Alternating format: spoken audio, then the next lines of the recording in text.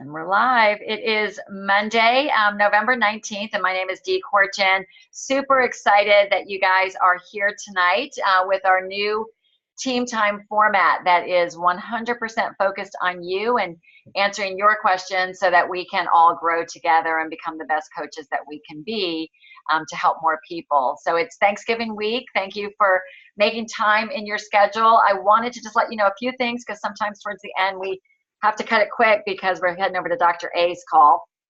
But wanted to let you know, I'm pretty sure tonight at 8 o'clock, Dr. A's call is on the topic of coaching your clients through the holidays.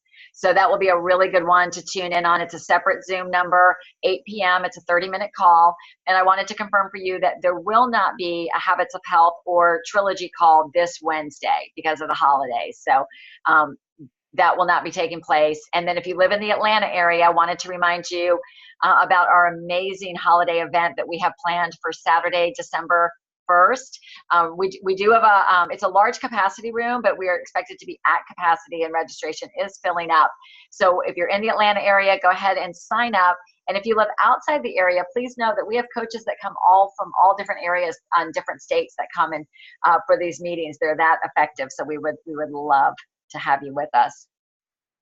So our new format for team time now, and hopefully you were able to do your pre-work, is that we are going to be following some existing training that we have that is stellar training called Growing Global. And we're going to just start it from beginning to end, and then we'll start over again. It's about a 13-week series.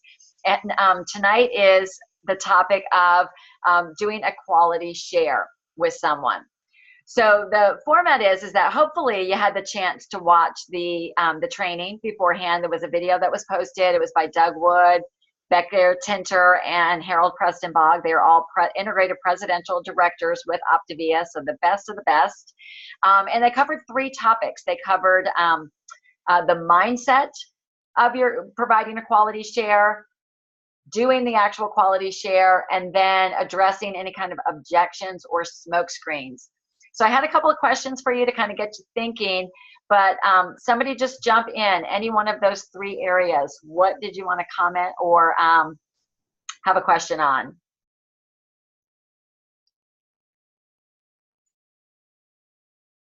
Lori.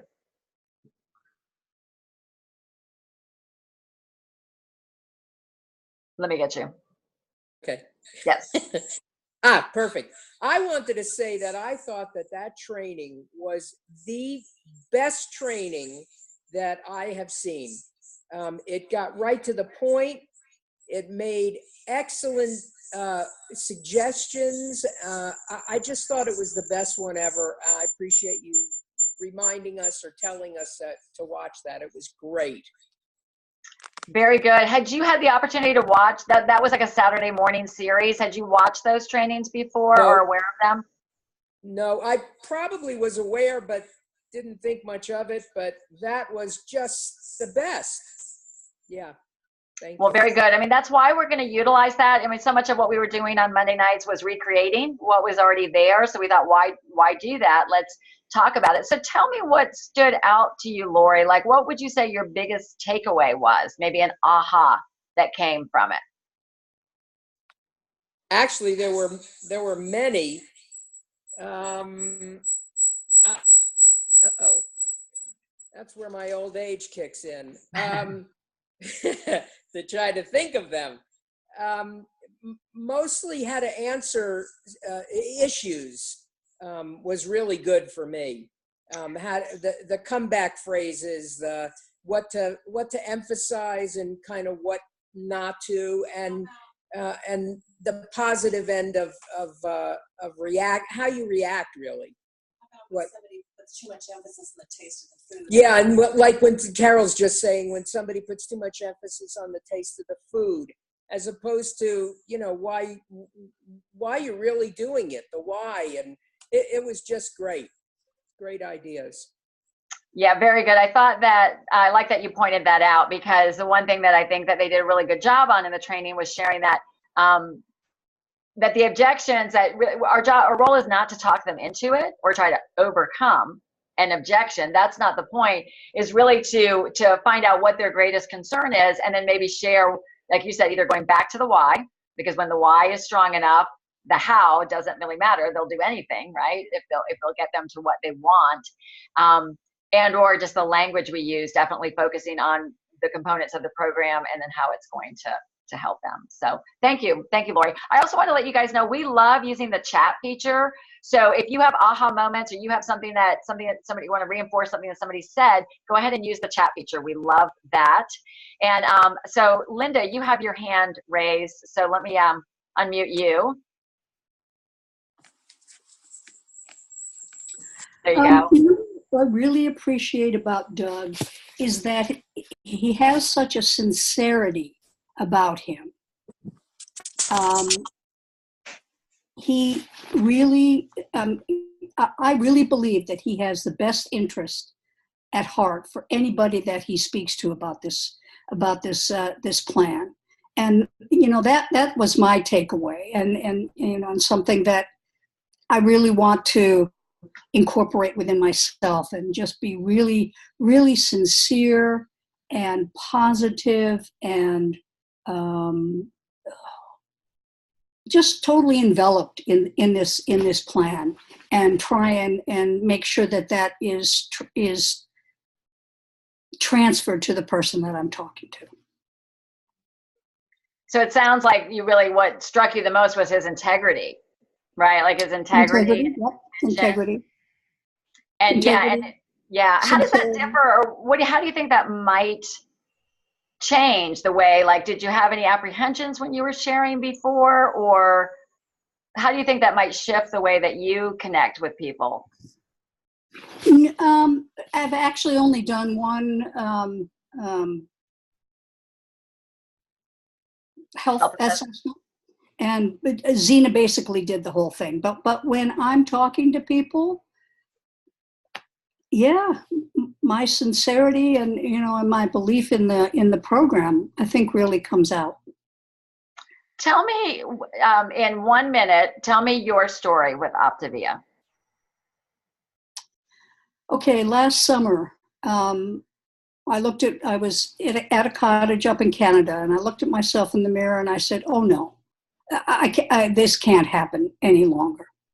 When I get home, I'm calling Zena," because I knew that Zena was doing something. I didn't know what she was doing, but she was doing something. And when I got home, I called Zena. I signed up right then and there, and I really haven't looked back. And so what's been your experience? Have you had success on the program? Oh, absolutely. I've lost more than 20 pounds. Okay. And when people say they don't like the food, I scratch my head. I like everything I taste. So again, my why is very powerful. Good. So a great reinforcement. I saw that Frank Davis had just posted that he thought it was a real great value from the training was the importance of getting to somebody's real why. And that kind of follows up with what Lori was saying, is that because you're so clear on what you want and you have evidence that the program works, right? So that's all that's required. They really did talk about using our own story as our foundation, our belief, because we know this works, and so it's really just finding what somebody else's need is and then connecting them to it and how it can and bring them to what they want. So exactly. Very good. Thanks for sharing. You bet. Katie. Well, it's interesting. I got a lot out of it. And I've actually, today, talking to a client, she is all about the food. Always has been. She's in her 3rd week. She's lost 7.5 pounds or something in 3 weeks. I can't remember. She's had great success. But it was funny because as she was talking today, the training was going into my mind, and I was like, she's got to get off this food thing. She's all about the food. And so we started talking about it, and I said, because literally, you get your emails when they change their order, and she has blown up my phone like in the last 2 or 3 days, changing her orders and all this stuff. And she's texted me a couple times, what do you think about this and the cheddar biscuit and all this stuff? So today I said, she was still going on about her food. And I said, Melanie, you're putting too much focus on the food. And I remembered in this training, I said, the food is only 25% of the total picture. You've got to look at your why and why you started this and what didn't work in the past. And I just went through the whole thing in my head. And she was like, and then she said, yeah, but the taste, you got to like something that you're eating. And she said, I'm so early in this that the taste is a big deal to me. But then when I went on to, it was the first time I reached out about the coaching opportunity, later on in the conversation.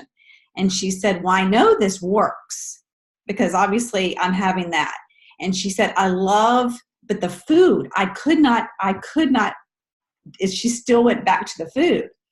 And so the way I ended it was, I said, you need to look at all the other, the other 75%. You need to look at the coaching, the community. I said, I saw you reach out on Facebook and that's awesome. You're integrated, you're doing, and so I tried to shift it away and put it on the other 75%. And that's all from this.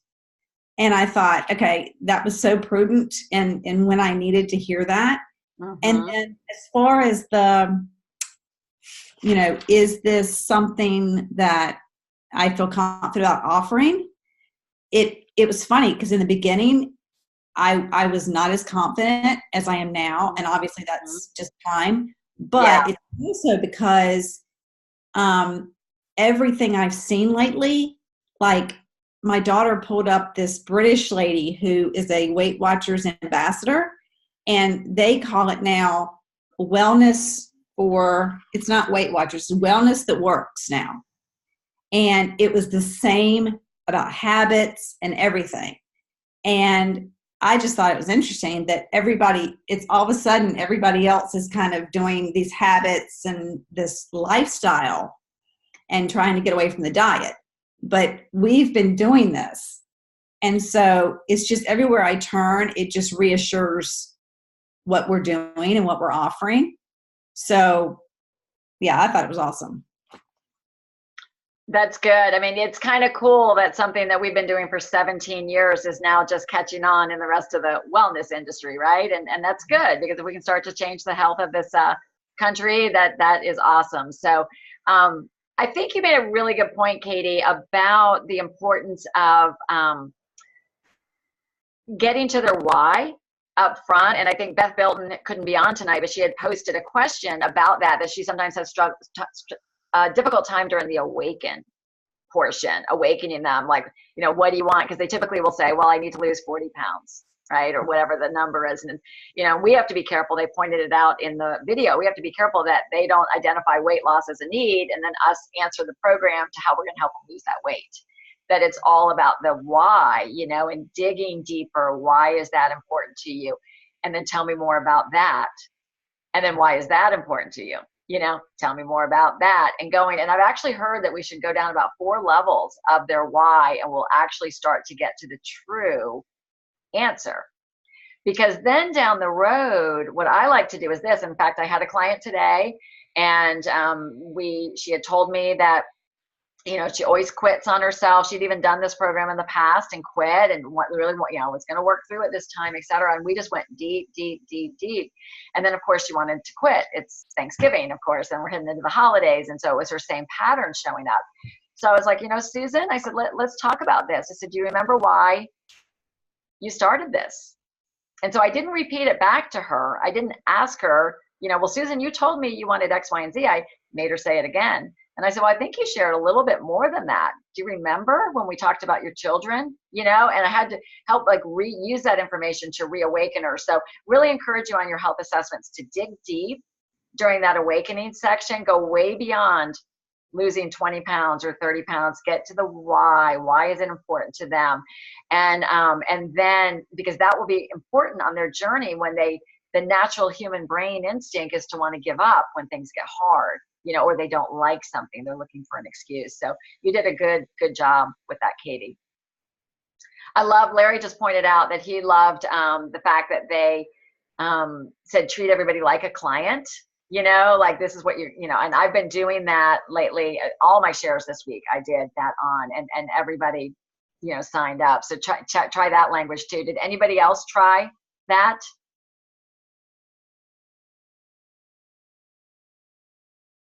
I can't see the cool thing is our calls, we're up to 40 people on this call. Not everybody is on the screen. I see Erin just said, yes, she tried it. So if you have a question or comment and you're not on my screen, if you're raising your hand and I can't see you, just go ahead and unmute.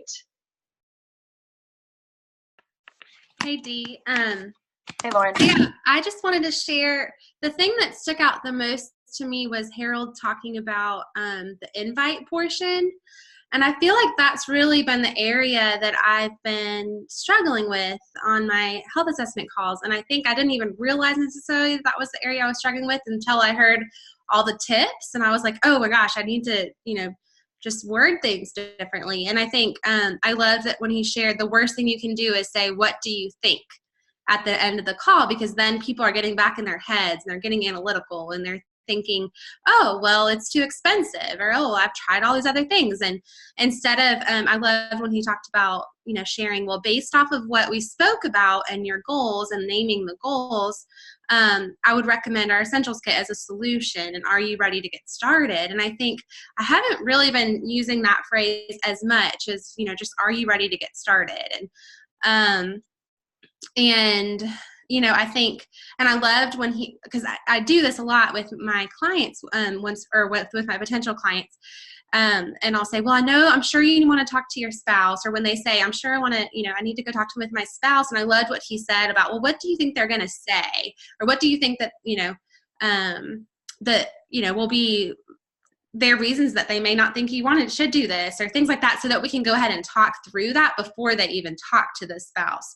And that way they're having comebacks almost to say with, their husbands or with their wives. And then I loved too when he said, when they say like, well, I just need more information, then say, oh, well, I'm so sorry. And like really putting it on us and saying, I'm so sorry that I didn't do a good job explaining the 4 components. And, what are the questions you have? I'd love to just talk through that. And so I think I can do a lot better job with the invite portion and just being more bold in that section. And so I was really excited to get some of those tips and have already started to use some of those throughout the week and have seen more success with that portion of the call. So it was exciting. That's really, I thought that was great. Thank you for sharing that. And tell me what you would do when you would go through the whole program before, kind of take a deep breath at the end. What were you saying? And then what, and how did it feel different now? Yeah, I think honestly, I would say, well, what are you thinking? Like, how do you feel about what we've talked about? And then typically after they kind of talked with me, I would usually address the obstacles at that point and say, oh, well, you know what? I really, I understand, where you're coming from with the cost. And honestly, when, my husband and I started, we cut out cable and we just, took this is an investment in our health. And this is so much more important to us than having cable. And so things like that, which is true for us. And so, things like that. And so I would still somehow come back to those things, but I think I think I could save some time even for myself instead of just approaching it as what do you think, just going in more boldly and just saying, well, based on what you're telling me, like, I really think that this is going to be such a great fit for you and for your lifestyle and for what you're hoping to accomplish. And I see this working so well for you. And I've had clients with your same goals in mind that have done so well. And so I think wording it that way instead of giving them the opportunity to already have doubts, just kind of approaching it that way. Yeah, absolutely. There's a lot of evidence that shows, and it's just fact that people make decisions, you, me, on anything, whether you're buying a washer and dryer or your health program, based on emotion more than logic. So, that's so much of what we're doing is getting to, we're sharing with our heart and getting to their heart. So we want to stay in that place. And that's probably one of the areas that when I've worked with newer coaches, or if they've shared with me that, nobody seems to be signing up, or, they're going to get back with me, versus getting the yes on that call. is I found very often it was in this invite, this last little piece, just that little wording at the end of it, of, you know, so what do you think? Versus, I love the example they gave. I love what you just said. And I'll often say, very similar to what you said, I'll say, you know what, from what you've told me, it sounds like this is going to help you pass what you've struggled with and what you've struggled with. And I'll reiterate what their struggle was. And then I'll say, you know, I would love to partner with you on this. Are you ready to get started? You know, so I validate for them that I'm going to be there with them, and then whatever. So very good. Thanks for sharing that, Lauren. Who else?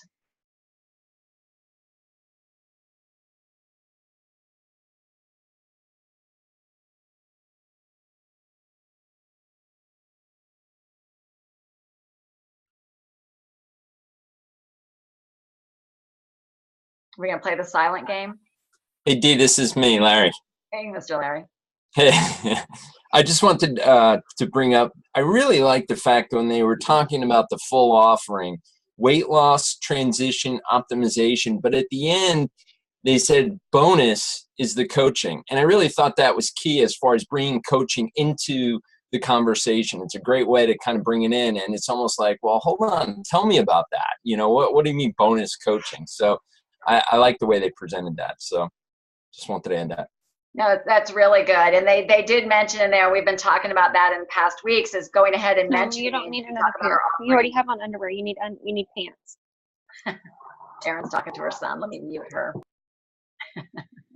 Her son needs pants. Sorry. That's so funny, Erin. That's so cute. Yeah, very, very important. And I love bringing up about coaching right from the beginning with it. And also, you know, that's one thing in our mindset issues, is knowing that when we are sharing with individuals, that to be sure that we share everything that's Optavia, because if somebody is only doing the weight loss portion, or really if they're only doing the weight loss and only working with you, they're still not doing Optavia, because we're all 4 components. So Barbara Pisano had put a question in our page. She couldn't be on tonight, that she often has, I think we all do, have clients that struggle. We struggle with helping our clients engage in the community or engage in the education piece of it. So I think it's really important for us to be talking about all of this on the front end during the health assessment, in terms of how are we different? That this is not like anything they've done before. Are they ready to make these kind of changes? Those are questions that we want to find out from them too, and understanding the why behind it and how it's going to help them with whatever's held them back in the past. Debbie Pasco, do you want to share a little bit more? You commented about how it was helpful with the objections, what you heard from Harold Prestonbog.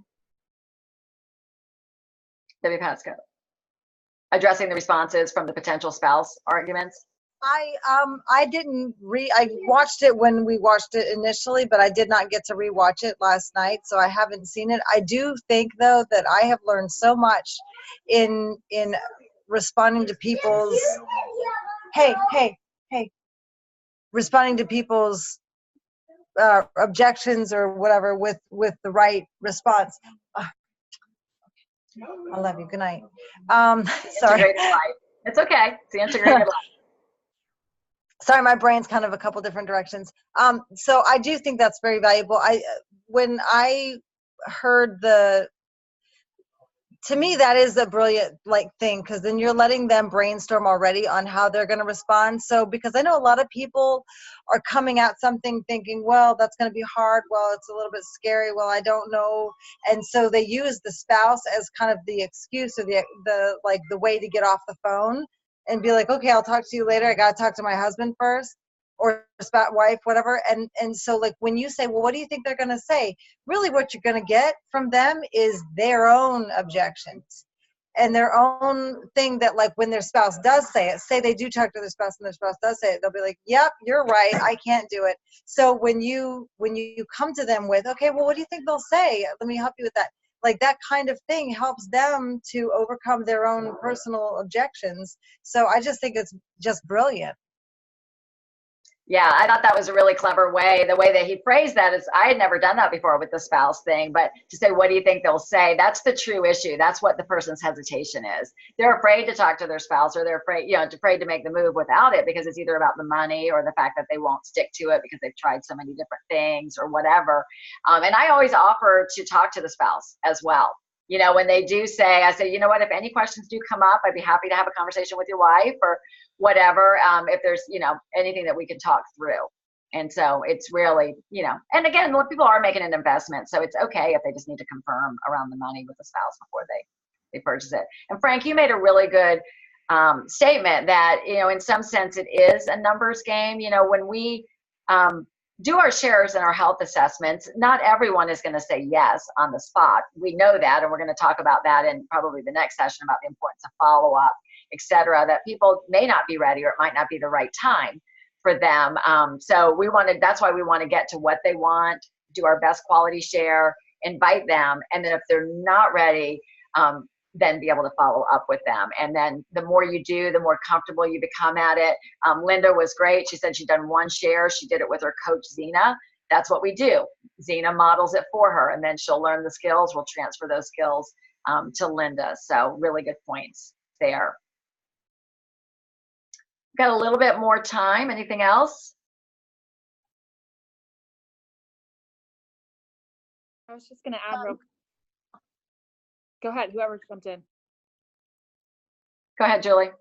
I was just going to say, I think the objections part where he called it closing the gap, I think that's the thing I've learned the most as I've coached is asking the question so that you can dig with them, like let it come out while you're talking on the call. Like, I think in the beginning, I was always scared to ask those questions and find out, like, are you ready? You just presented the most amazing thing to them, but then you just are scared or kind of don't really feel confident, and that's normal. But as we keep getting more confident, you can just ask those questions. And I do now. I just say, hey, are you ready? Or what are your thoughts? And we said, don't ask thoughts, but what are your fears still? Like, I'm okay with asking that in a small way, because I'd rather talk about it on the phone. And I think there's like a phrase, like, ask it before it covers you. Like, go ahead and just put it out there and talk about it. And then I usually kind of put a finishing on, like, this program works for everybody if you commit to it. But I see that's probably the hardest thing for most people is committing. Do you feel like you are ready to commit? And then people are like, oh, am I ready? So then it kind of puts this like, oh man, what do I think? And then it makes it's not about the food then. It's not about anything else, but is my heart here and am I ready to do this? So I try to ask that a lot is, do you feel committed and ready, just to finish it? I love that. That's really, really good. Two things I have learned. One I've known for a long time, but still working on the skill, and the other I just heard it phrased this way that was very helpful to me. When we ask the questions, like during the awaken section, even during the invite, are you ready to commit?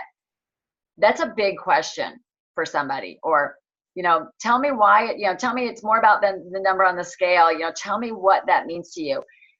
Be willing to zip it and just let the silence be there. I mean, just even on this call, when nobody spoke, I just kept waiting, and then somebody will speak. We want to give them time, because very often people, nobody's asked them these questions before. When it gets to the why, people are not familiar. They're not comfortable dreaming, so we've got to give them the mental space to be able to do that. The second thing I've learned is, and it's to add on what Julie said, is I think at times we feel uncomfortable that somebody might feel uncomfortable, right? So we're trying to smooth it, but our role as a coach is, and what we're doing is we are here really to expose somebody's pain point, not to rub salt in it, but like Becca said on the video, we have the key to their solution. We have the solution.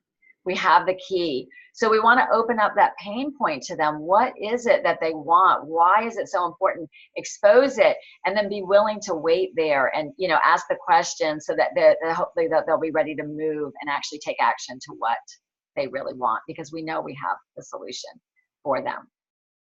It is 8 o'clock. Thumbs up. Did you guys like this? Was it helpful, this format? Yes. Very good. Thank you for doing your pre-work. Thank you for coming to the call. We'll post next week's topic. We will meet next week on the 27th. And you guys have a happy Thanksgiving. We are so grateful for every coach on our team and all that you're doing to change the health of this country. So thank you and happy Thanksgiving. Head on over to Dr. A.